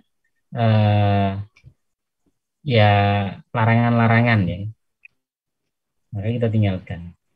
Ya, minum khamar itu kan larangan Allah. Kemudian kita taubatnya ya kita tinggalkan. Nah, tapi kalau dosanya dosa meninggalkan kewajiban berarti harus diganti. Gitu. Nah, ini saya secara pribadi lebih menguatkan untuk orang yang mungkin pernah meninggalkan sholat, pernah meninggalkan puasa, atau pernah meninggalkan zakat untuk mengganti. Gitu. Karena itu hak Allah. Hak Allah dalam artian ada kewajiban yang ditinggalkan, maka harus diganti. Jadi tidak cukup dengan minta maaf, tapi harus diganti. Jadi kalau pernah sholat berapa waktu ya diganti. Jadi tidak sholatnya itu berapa kali ya, kalau nggak ingat ya seingatnya, kalau ingat ya dikerjakan. Karena mengerjakannya kerjakan setelah setiap selesai sholat fardu. Kalau pernah nggak sholat asar ya selesai sholat asar nggak apa-apa, sholat lagi untuk mengganti sholat yang pernah berlalu gitu. Seperti itu ya, makanya di sini disampaikan kalau dia berkaitan dengan kewajiban yang ditinggalkan maka dia diganti. Kalau berkaitan dengan larangan yang dilanggar maka diberhentikan. Bagian harus diganti dengan qada seperti sholat puasa. Nah, ada juga yang harus diganti dengan kafarat seperti melanggar sumpah dan sebagainya. Ini kan melanggar sumpah atau nazar atau janji atau yang lain-lainnya seperti kafarat zihar. Zihar itu menganggap istrinya seperti ibunya atau membunuh orang tanpa sengaja, itu juga ada kafarat. Memerdekakan budak, kemudian membayar fidyah kepada orang, kepada ahli waris, ahli keluarganya dan sebagainya. Oke. Adapun hak-hak manusia maka harus disampaikan kepada orang-orang yang berhak menerimanya. Kalau mereka tidak ada, hendaklah bersedekah atas nama mereka. Ya, nah ini penting juga nih. Kalau seumpamanya kita pernah kan punya utang kepada orang atau bahkan ngambil harta orang gitu. Mau diganti, orangnya lah nggak ada. Orangnya sudah tidak ada. Dicari anggota keluarga ahli warisnya juga nggak nemu. Apa yang harus kita lakukan? Nah, di sini jadi Imam Qurtubi ngasih solusi, yaitu dengan mensedekahkan itu kepada siapa? Bisa kepada fakir miskin atau kepada lembaga-lembaga kebaikan. Taruh ke masjid. Jadi jadikan ini atas nama si fulan. Ya Allah, ini bukan hartaku, ini hartanya fulan. Ya kan? Artinya sedekah ini berarti sedekah atas nama fulan. Pahalanya jadi si fulan yang dapat. Nah, kalau suatu saat seumpamanya setelah kita bayarkan, setelah kita masukkan ke kotak amal atau setelah ini orangnya datang, gimana? Apa yang harus kita lakukan? Bayar lagi dah? Kalau 100.000 kan apa? Kalau 100 juta, luar biasa. Maka para ulama mengatakan, jadi sampaikan kepada orang itu. Kalau dia memang legowo, ya udah alhamdulillah, berarti sedekah yang kamu lakukan atas nama aku dapat pahala. Tapi kalau dia nggak mau dan dia mau minta lagi, maka kita tetap kewajiban untuk memenuhi semampu kita, ya kan? Mampu kita. Nah, sedekah yang kita bayarkan tadi, maka dia hitungannya adalah kita yang mendapatkan pahalanya. Ya, artinya yaitu memang cara untuk kita menyelesaikan masalah seperti ini. Karena sebagian juga pernah ditanyakan kepada saya, yang 2-3 kali lah. Orang, Ustaz dulu pernah minjem, belum sempat bayar, memang nggak bisa bayar. Pas mau bayar orangnya udah nggak ada, udah lost kontak. Ada yang kembali ke Jawa lah, inilah itu, ya kan. atau mungkin di Hong Kong ada kembali ke Hong Kong atau kerja di tempat lain, di negara lain, nggak bisa dikontak lagi, nomornya udah hilang. Ya sudah, sedekahkan atas nama si A ke mana, ke masjid atau pendidikan Islam, atau langsung ke fakir miskin. Kalau orangnya datang lagi minta lagi, kalau kita mampu ya kita bayar, kita nggak mampu ya kita kembalikan kepada Allah. Oke. Dan barang siapa tidak bisa melepaskan diri dari dosa-dosa terhadap sesama manusia dengan cara bersedekah atau mengembalikan hak-hak mereka karena miskin umpamanya, maka harapan salah satunya tinggal ampunan dari Allah Subhanahu wa taala dan anugerahnya. Semoga diberikan. Terhadap orang seperti ini, Allah Ta'ala seringkali menyatakan jaminannya terhadap hak-hak yang wajib ditunaikan dan mengganti keburukan-keburukannya dengan kebaikan-kebaikan, asalkan dia berupaya melakukan amal saleh sebanyak-banyaknya dan sering memintakan ampun bagi orang-orang yang pernah dia zalimi dari kalangan kaum mukminin dan mukminat. Demikianlah pembicaraan tentang hakikat taubat. Ya seperti itu. Jadi kalau nggak mampu sama sekali, ya kan, untuk mengganti atau mengembalikan hak orang tadi, ya kita minta ampun kepada Allah. Tapi bukan hanya sekedar minta ampun, kita juga mengganti dengan banyak kebaikan. Artinya harus ada usaha tadi. Wa bi'isayyi'atal hasanata tamhuha, ikutilah keburukan dengan kebaikan, mudah-mudahan menghapuskan. Jadi nggak berpangku tangan, udah nggak bisa mengembalikan dalam bentuk uang, kemudian kita juga nggak bisa berbuat baik gitu. Atau kita nggak bisa berbuat ketaatan. Itu nanti dengan ketaatan, tambahilah sholatnya, yang tambahilah puasanya, tambahilah ngajinya dan lain sebagainya.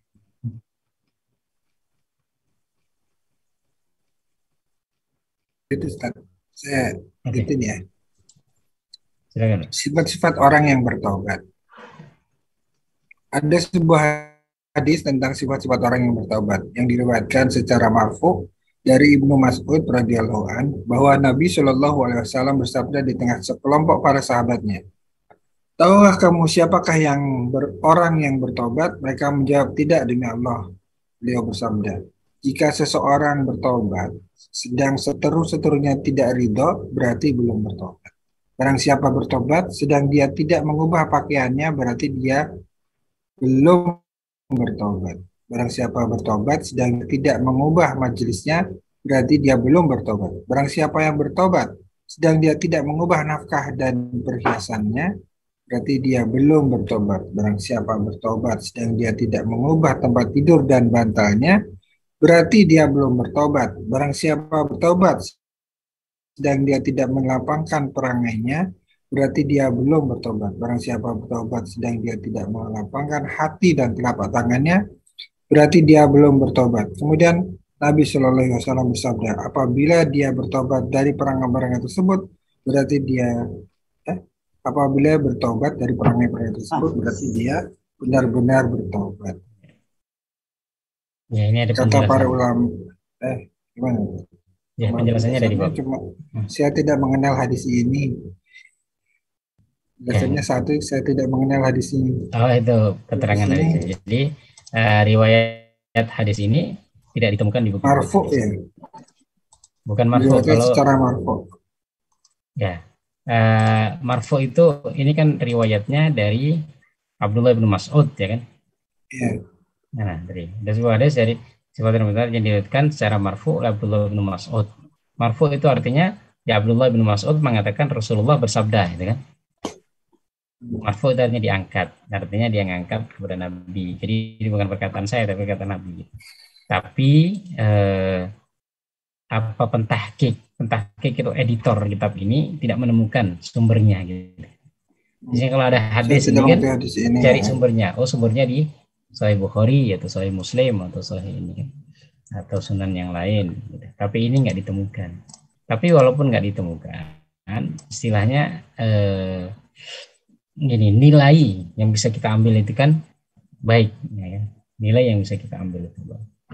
Walaupun ya untuk kita katakan ini sebagai hadis Nabi, ya kita perlu hati-hati karena apa? Karena sumbernya tidak ditemukan. Oke, silakan Pak. Kata para ulama, membuat ridho para seteru, caranya ialah dengan mengembalikan harta yang telah dirampas darinya, atau diambil secara khianat dan curang, atau meminta maaf setelah membicarakan kejelekan, menjatuhkan harga diri dan atau mencaci maki mereka, yakni berusaha membuat mereka ridho dengan berbagai cara yang mampu dilakukan, dan meminta maaf apabila para peseteru telah meninggal sedang harta mereka masih ada di tangan orang yang hendak bertobat itu, maka dia wajib mengembalikannya kepada ahli waris mereka. Jika ahli waris mereka tidak diketahui, maka harta itu wajib dia sedekahkan atas nama mereka, dan memohonlah ampun untuk mereka setelah meninggal, serta berdoa, ya Allah, gantilah celaan dan gibah yang telah saya lakukan dengan kebaikan bagi mereka. Dalam masalah ini tidak ada perselisihan di antara para ulama. Ya. Lanjut, Ustaz. Adapun mengubah pakaian, maksudnya ialah mengganti pakaian yang dikenakan yang berasal dari harta haram dengan pakaian yang halal. Kalau pakaian yang dikenakan berupa pakaian di kemegahan dan kesombongan, maka diganti dengan pakaian biasa yang sederhana. Mengubah majelis, maksudnya pakaian yang membuat seorang itu angkuh gitu kan, pakaian kesombongan, maka ya sudah ditinggalkan pakaian itu. Itu sih maksudnya pakaian kesombongan. Ya, lanjut. Mengubah majelis maksudnya meninggalkan perkumpulan hura-hura dan bermain dengan orang-orang bodoh dan anak-anak muda, beralih kepada majelis para ulama, majelis zikir, bergaul dengan orang-orang fakir dan orang-orang soleh, serta meningkatkan diri kepada hati mereka dengan cara berkhidmat atas apa saja yang mampu dilakukan serta menyayangi mereka.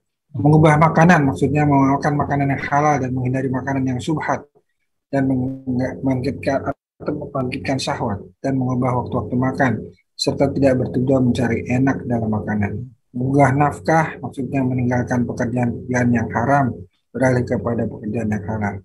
Mengubah perhiasan maksudnya meninggalkan perhiasan yang ada pada perkakas bangunan, pakaian, makanan dan minuman. Mengubah tempat tidur maksudnya meninggalkannya untuk melakukan salat malam sebagai ganti dari kesenangan-kesenangan yang menyibukkan atau yang memicu kemalasan. Mendorong kepada kemaksiatan sebagaimana difirmankan Allah Subhanahu wa taala, tatajafa junubuhum anil madoji. Lambung mereka menjauh dari tempat tidur. As-Sajdah 16. Mengubah perangai maksudnya mengubahnya dari kasar menjadi lembut, dari sempit menjadi lapang, dan dari kaku menjadi toleran. Melapangkan hati bisa dilakukan dengan cara memberi infak, dengan percaya diri mampu berbuat dalam keadaan apapun. Melapangkan telapak tangan maksudnya bersifat dermawan dan mengutamakan orang lain dengan memberi sesuatu kepadanya. Demikianlah semua kelakuan yang buruk-buruk diubah menjadi seperti kebiasaan meminum khamar diganti dengan memecah gelasnya dan menuangkan susu dan madu. Berzina diganti dengan menanggung para janda dan anak-anak yatim serta mengurusi keperluan mereka dan menyesali kelakuan buruk yang telah diperbuat itu dan umur yang telah disia-siakan selama ini.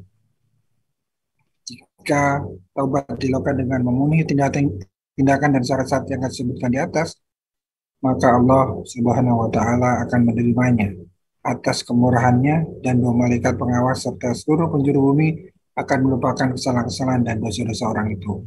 Sebagaimana difirmankan oleh Allah Subhanahu wa taala, wa inni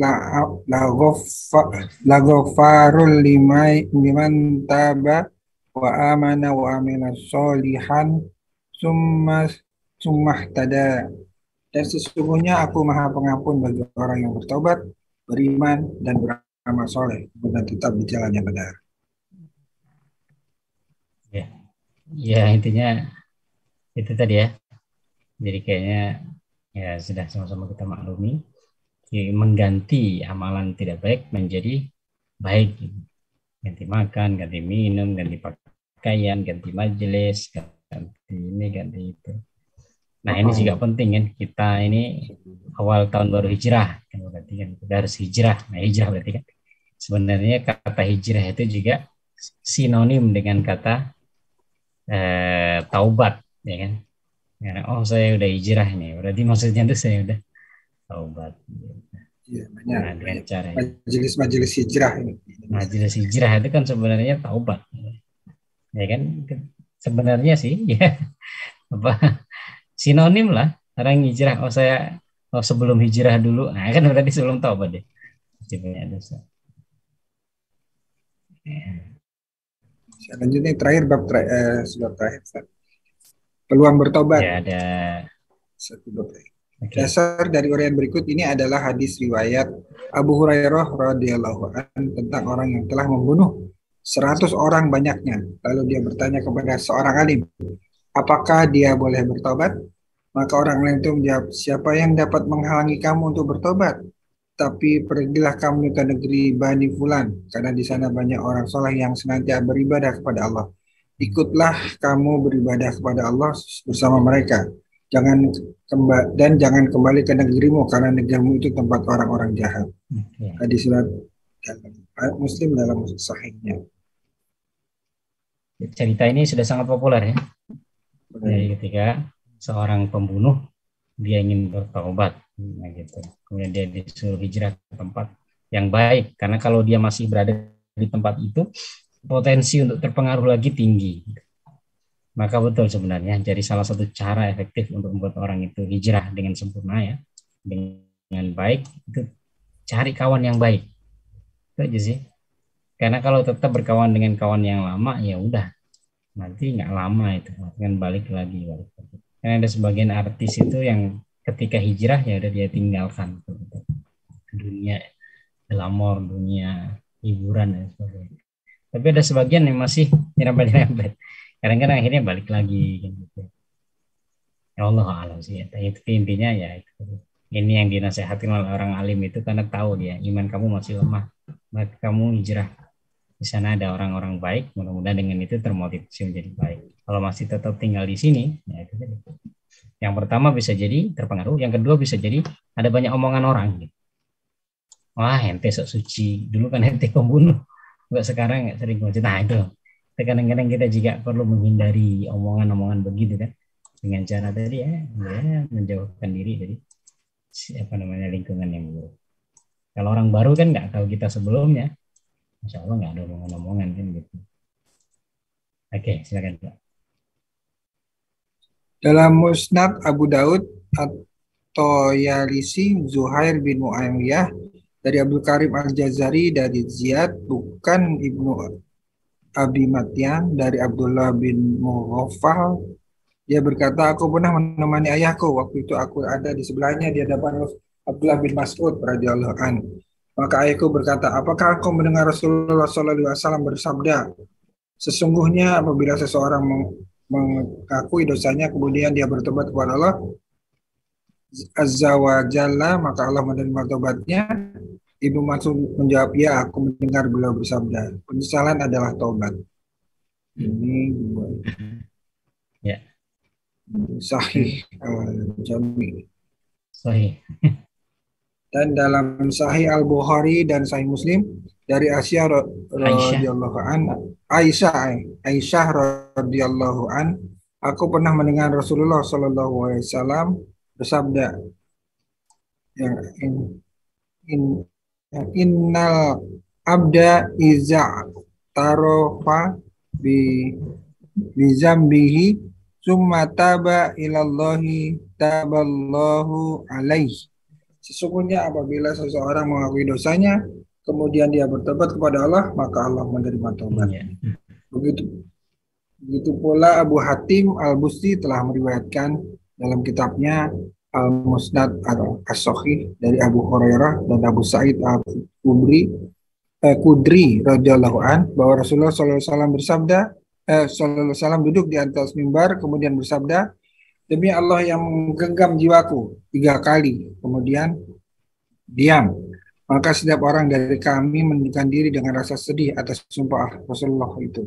Kemudian beliau melanjutkan sabdanya, tidak seorang pun yang mengerjakan sholat 5 waktu, berpuasa Ramadan, dan meninggalkan dosa-dosa besar yang 7, melainkan dibukakan untuknya pintu-pintu surga yang 8 pada hari kiamat. hingga pintu-pintu itu benar-benar bergetar. Kemudian beliau membacakan firman Allah Ta'ala, jika kamu menjauhi dosa-dosa besar di antara dosa-dosa yang kamu dilarang mengerjakannya, misalnya kami menghapus kesalahan-kesalahanmu, dosa-dosa kecilmu. Surat An-Nisa ayat 31. Oke, di situ ada 7 dosa besar. Nah, apa sih 7 dosa besar itu? Tadi ya, meninggalkan apa tadi? Ada meninggalkan dosa-dosa yang besar. Ya kan ada disebutkan 7 tadi. Nah, apa sih dosa-dosa besar yang dimaksud di sini? Jadi Rasulullah SAW pernah bersabda, sab'un mubiqat. Ada 7 hal yang merusak, menghancurkan seorang. Maka disebut sebagai as-sab'ul mubiqat, 7 dosa besar yang menghancurkan seorang. Yang pertama syirik, menyekutukan Allah Subhanahu wa taala. Syirik ini ada 3 macam. Pertama, menyembah Allah dan menyembah selain Allah juga gitu. Jadi dia nyembah Allah tapi juga nyembah yang lain. Ya mohon maaf, orang-orang Nasrani, orang Yahudi itu masuk ke sini. Dia nyembah Allah tapi nyembah juga yang lainnya gitu. Kemudian yang kedua, ada yang menyembah langsung selain Allah gitu. Ini nggak nyembah sama sekali, langsung nyembah patung gitu kan, langsung nyembah matahari, langsung nyembah. Jadi nggak nyembah Allah sama sekali, tapi nyembah yang lain. Bentuk kesyirikan yang ketiga, nggak nyembah siapapun. Ini yang disebut dengan ateis kan. Nyembah Allah enggak, nyembah yang lain juga enggak. Maka mereka juga ya disebut sebagai musyrik. Kemudian yang kedua, dosa 7 yang besar tadi, sihir. Nah, ini juga dosa besar sihir, maka jangan dekat-dekat dengan sihir. Kemudian yang ketiga, membunuh orang tanpa hak. Kok bisa tanpa hak? Berarti ada orang yang bisa dibunuh dengan hak, ada. Orang dengan tingkat dosa atau kesalahan tertentu bisa jadi dia dihukum bunuh gitu. Dalam hukum negara juga ada kan, orang yang dihukum bunuh, bandar narkoba atau apa itu kan bisa sampai dihukum bunuh. Artinya ketika membunuh itu membunuh dengan alasan, maka itu apa. Dalam Islam juga ada orang yang dengan dosa tertentu dia boleh untuk dibunuh. Gitu. Kalau membunuh dengan alasan itu nggak apa-apa, tapi membunuh tanpa alasan, maka itu nggak boleh, itu dosa besar. Kemudian selanjutnya ada memakan riba, makan harta ribanya. Kemudian yang kelima, makan harta anak yatim. Yang keenam, kabur dari peperangan.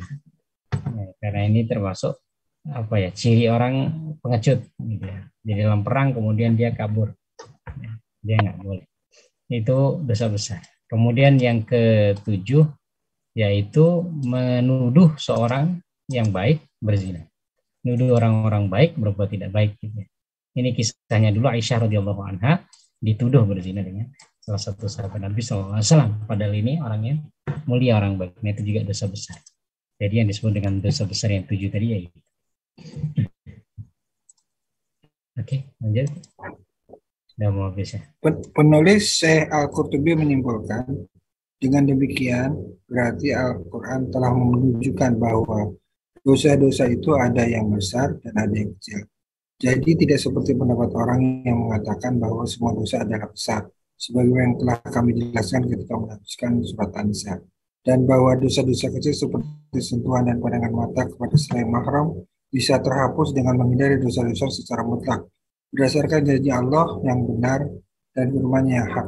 Bukan berarti hal itu menjadi kewajiban Allah, tapi merupakan cakupan dalam menghindari dosa-dosa besar yang diiringi dengan menegakkan kewajiban-kewajiban sebagaimana yang dinyatakan dalam hadis. Senada dengan hal itu, ada hadis yang diriwayatkan oleh Muslim dari Abu Hurairah radhiyallahu anhu bersabda Rasulullah SAW yang artinya sholat 5 waktu, sholat Jumat sampai dengan sholat Jumat berikutnya, dan puasa Ramadan sampai dengan puasa Ramadan berikutnya adalah penghapus dosa-dosa di antara waktu-waktu tersebut, selagi menghindari dosa-dosa besar. Inilah pendapat sejumlah ahli takwil dan ahli fikih, dan agaknya inilah pendapat yang benar dalam bab ini. Adapun dosa-dosa besar tidaklah bisa terhapus begitu saja kecuali dengan bertobat dan menghentikan diri dari sama sekali darinya, sebagaimana telah kami jelaskan. Namun demikian, masih ada perbedaan pendapat tentang rincian hal yang termasuk dosa besar itu. Tapi tidak diuraikan sekarang, melainkan nanti pada bab kisos. Dan ada beberapa di antaranya pada bab neraka, insya Allah Ta'ala.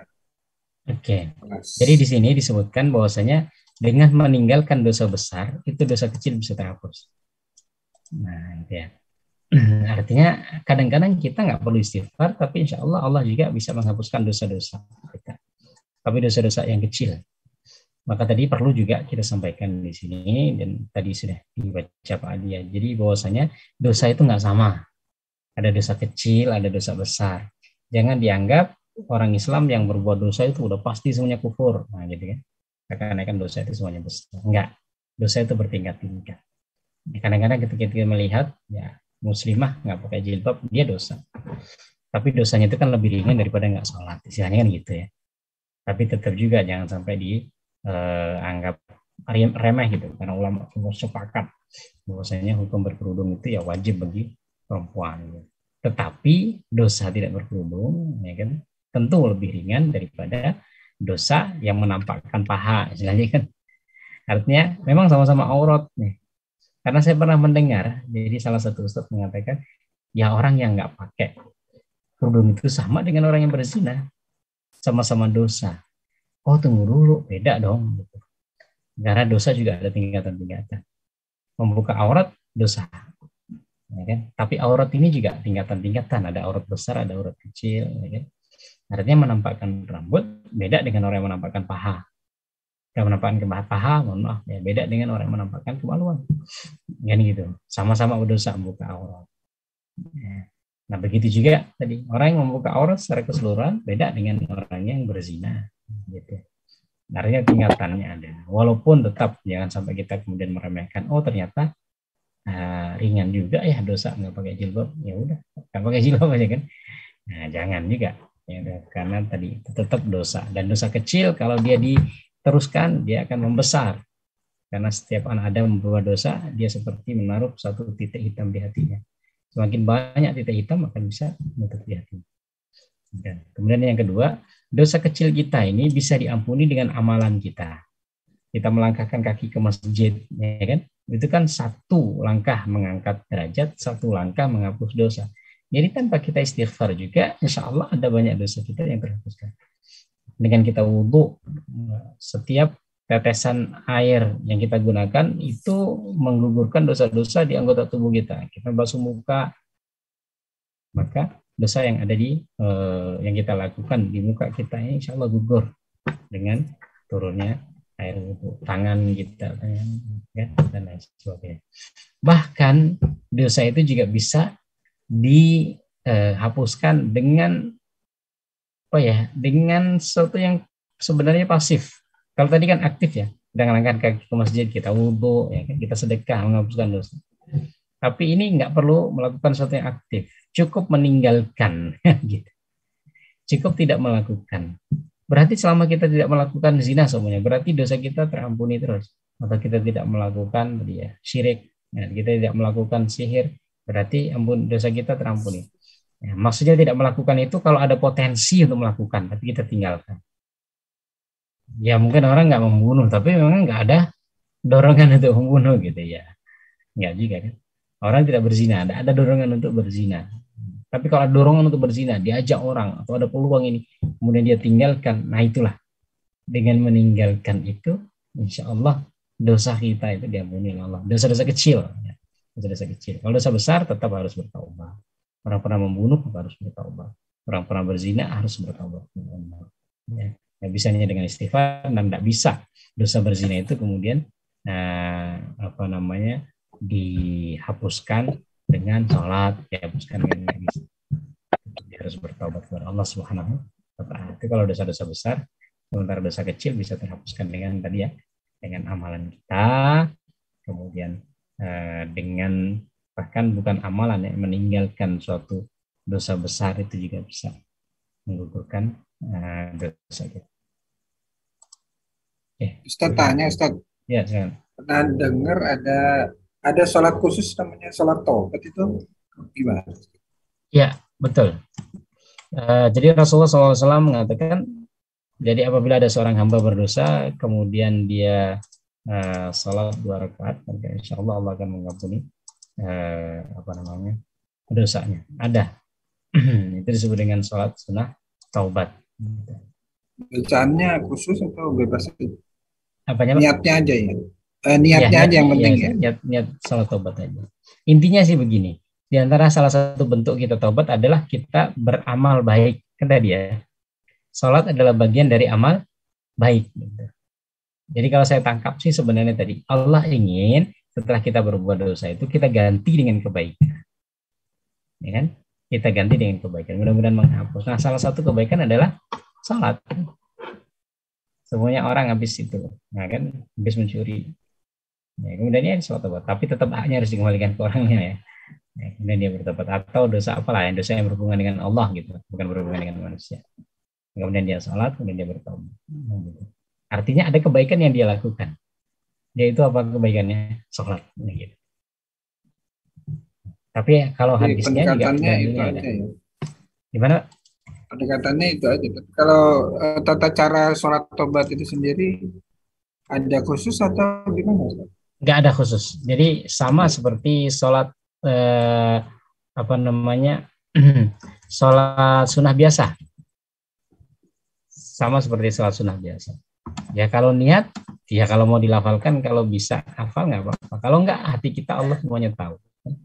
Tanpa kita mengucapkan niat, insya Allah hati kita tahu bahwasanya yang kita inginkan dari salat itu adalah salat taubat gitu ya. Waktunya bebas juga ya, Ustaz? Waktunya bebas. Ini saya bacakan ya. Apabila ada orang yang melakukan suatu perbuatan dosa, kemudian dia berwudu dengan sempurna, lalu dia mendirikan salat 2 rakaat, dan selanjutnya dia beristighfar memohon ampun kepada Allah, maka Allah pasti akan mengampuninya. Hadis ini diriwayatkan oleh Abu Dawud, Ahmad, dan Tirmidzi. Artinya kalau di sini kan disebutkannya cuma 2 rakaat. Nah, 2 rakaat seperti apa? Yang nggak ada ketentuan khususnya. Yang nggak ada ketentuan khusus berarti ikut kaidah normal, kaidah umum. Ya, salat kayak kita salat qobliyah, ba'diyah, ya, kayak kita salat duha. Tapi kalau ada tata cara khusus seperti salat taubat gitu ya. Nah, itu kan memang ada dalil tambahannya. Dalil tambahannya berarti tata caranya ada sedikit perbedaan gitu. Tapi kalau seumpamanya enggak ya ngikut sama. Oke. Mungkin ada pertanyaan dari Mas Aditya, Pak Irwan? Cukup? Kita tutup dengan doa. Oke. Bismillahirrahmanirrahim. Alhamdulillah ya, kajian kita pada malam hari ini telah kita laksanakan.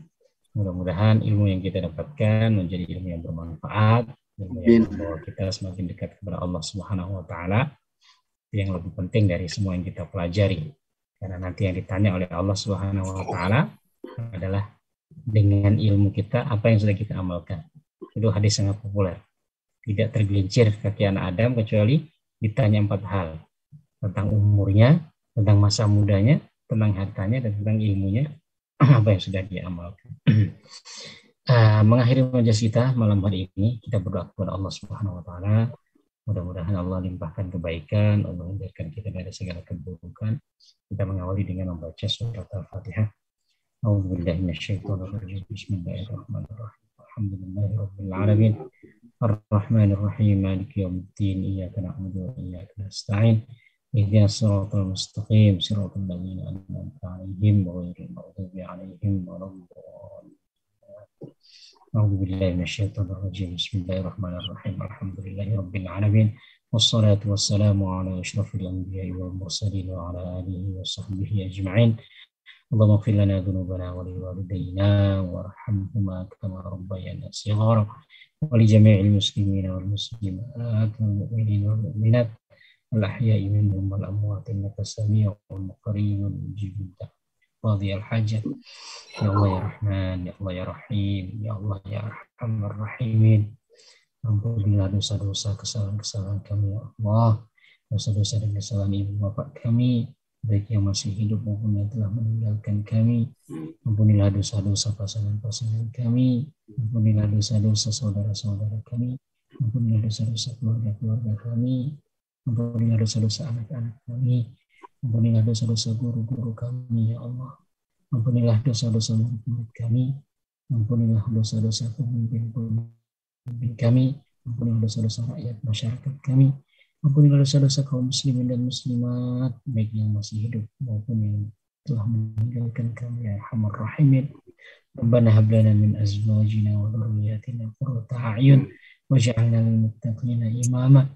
Karuniakanlah kepada kami, ya Allah, karuniakanlah kepada kami keluarga yang saleh dan salihah. Jadikanlah keturunan kami, anak-anak kami, keturunan kami, orang-orang yang bermanfaat untuk agamamu, bermanfaat untuk bangsa negara kami, bermanfaat untuk umat manusia. Jadikanlah mereka sebagai kebanggaan kami, permata hati kami, penyejuk hati kami, penawar kegelisahan kami, ya Allah. Jadikanlah mereka sebagai pemimpin orang-orang takwa, ya Allah ya Rahman, ya Allah ya Rahim. Jadikanlah kami di penghujung tahun 1443 Hijriah ini hamba yang benar-benar bertobat kepadamu, ya Allah.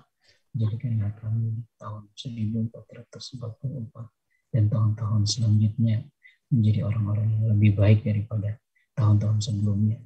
Jadikanlah amalan kami lebih meningkat, jadikanlah dosa-dosa kami berkurang, ampunilah kesalahan-kesalahan kami, ya Allah. Terimalah amal ibadah kami. Rabbana atina fid dunya hasanah wa fil akhirati hasanah wa qina adzabannar. Wa sallallahu ala sayyidina Muhammadin nabiyil ummi wa ala alihi wa sahbihi wasallam. Subhana rabbika rabbil izzati amma yasifun wa salamun alal mursalin walhamdulillahi rabbil alamin. Terima kasih Ustaz. Terima kasih buat teman-teman semua atas kehadirannya. Kita akhiri dengan doa kafaratul majelis. Subhanakallahumma wa bihamdika asyhadu an la ilaha illa anta astaghfiruka wa atubu ilaik. Assalamualaikum warahmatullahi wabarakatuh. Waalaikumsalam. Waalaikumsalam warahmatullahi Terima kasih. Terima kasih.